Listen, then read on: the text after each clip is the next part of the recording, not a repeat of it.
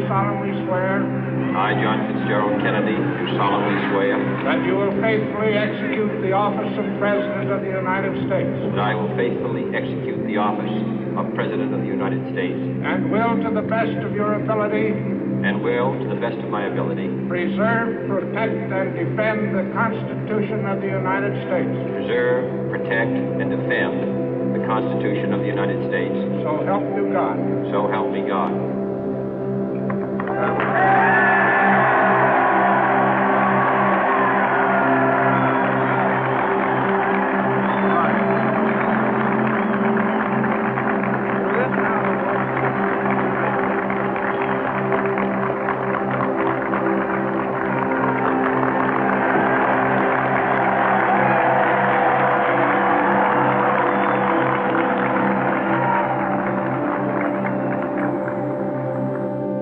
Vice President Johnson, Mr. Speaker, Mr. Chief Justice, President Eisenhower, Vice President Nixon, President Truman, Reverend clergy, fellow citizens. We observe today not a victory of party, but a celebration of freedom, symbolizing an end as well as a beginning, signifying renewal as well as change. For I have sworn before you and Almighty God the same solemn oath our forebears prescribed nearly a century and 3/4 ago.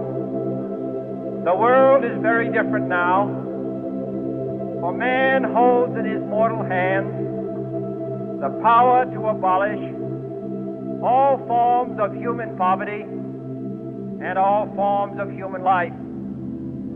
And yet the same revolutionary beliefs for which our forebears fought are still at issue around the globe.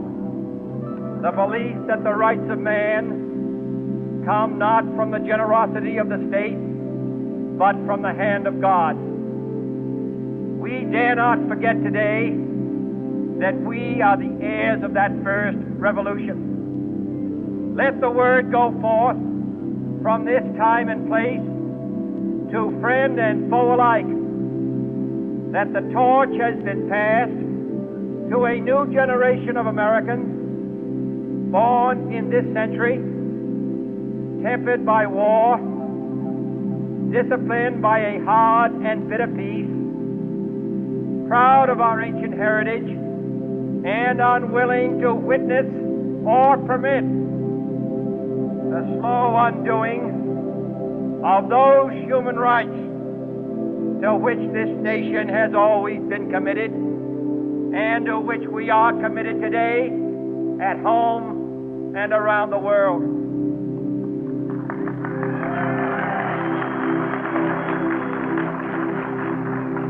Let every nation know, whether it wishes us well or ill, that we shall pay any price, bear any burden, meet any hardship, support any friend, oppose any foe, to assure the survival and the success of liberty.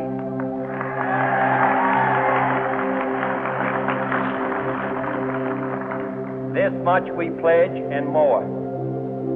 To those old allies whose cultural and spiritual origins we share, we pledge the loyalty of faithful friends.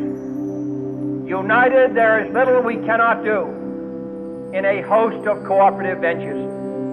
Divided, there is little we can do, for we dare not meet a powerful challenge at odds and split asunder. To those new states whom we welcome to the ranks of the free, we pledge our word that one form of colonial control shall not have passed away, merely to be replaced by a far more iron tyranny. We shall not always expect to find them supporting our view, but we shall always hope to find them strongly supporting their own freedom. and to remember that in the past, those who foolishly sought power by riding the back of the tiger ended up inside.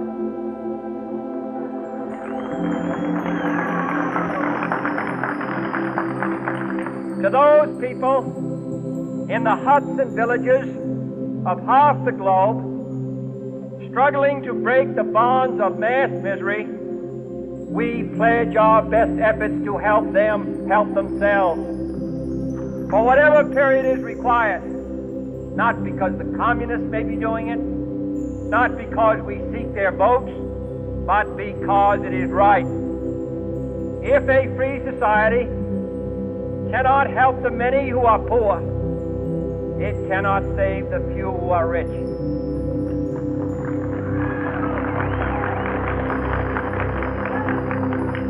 To our sister republics south of our border, we offer a special pledge to convert our good words into good deeds in a new alliance for progress, to assist free men and free governments in casting off the chains of poverty.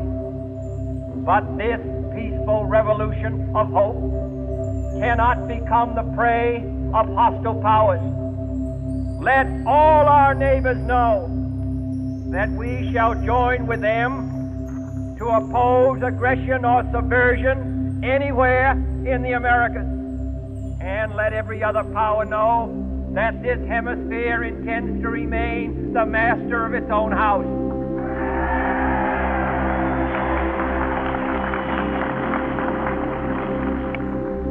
To that World Assembly of Sovereign States, the United Nations, our last best hope, in an age where the instruments of war have far outpaced the instruments of peace, we renew our pledge of support to prevent it from becoming merely a forum for invective, to strengthen its shield of the new and the weak, and to enlarge the area in which its writ may run. Finally, to those nations who would make themselves our adversary, we offer not a pledge, but a request that both sides begin anew the quest for peace.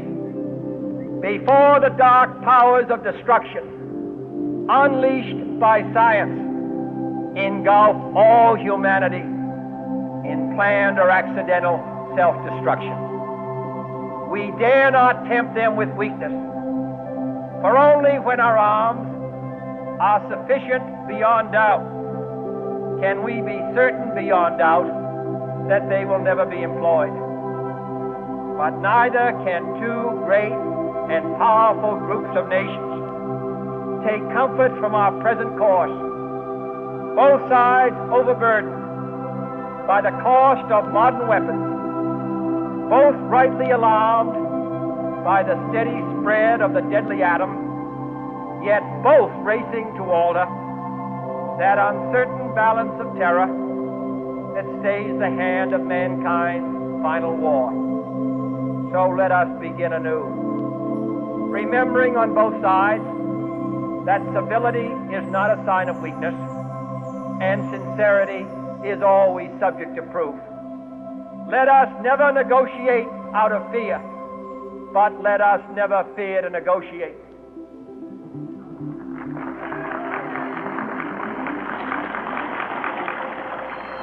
Let both sides explore what problems unite us, instead of belaboring those problems which divide us.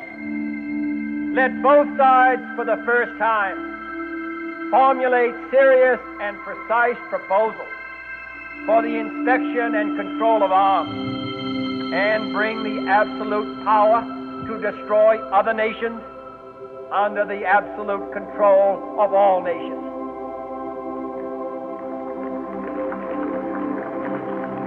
Let both sides seek to invoke the wonders of science instead of its terrors. Together, let us explore the stars, conquer the desert, eradicate disease, tap the ocean depths and encourage the arts and commerce. Let both sides unite to heed in all corners of the earth the command of Isaiah to undo the heavy burden and let the oppressed go free. And if a beachhead of cooperation may push back the jungle of suspicion, let both sides join in creating a new endeavor, not a new balance of power, but a new world of law, where the strong are just and the weak secure and the peace preserved. All this will not be finished in the first 100 days, nor will it be finished in the first 1,000 days, nor in the life of this administration, nor even perhaps in our lifetime on this planet. But let us begin.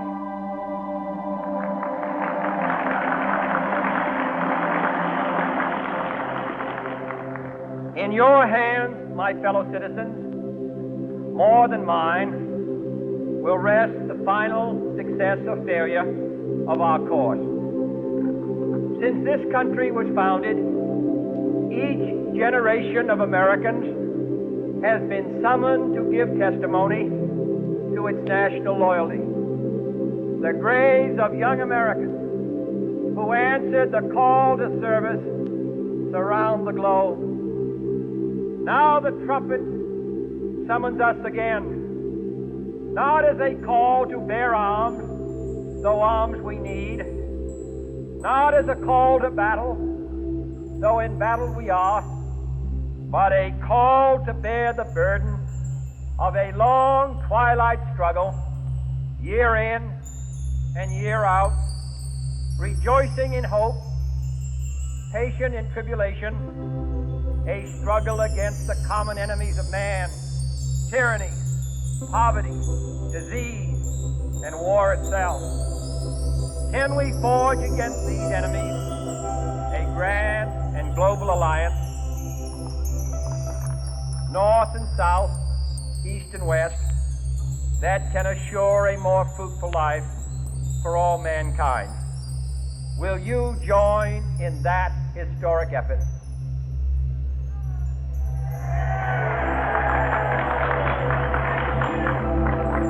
In the long history of the world, only a few generations have been granted the role of defending freedom in its hour of maximum danger. I do not shrink from this responsibility. I welcome it.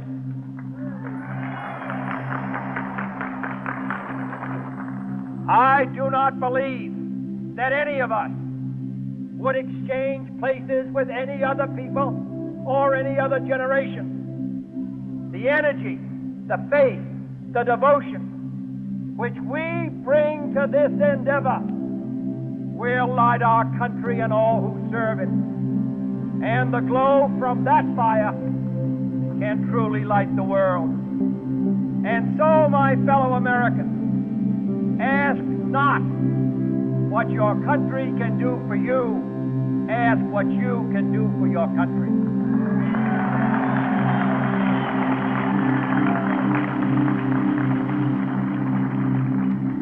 My fellow citizens of the world, ask not what America will do for you, but what together we can do for the freedom of man.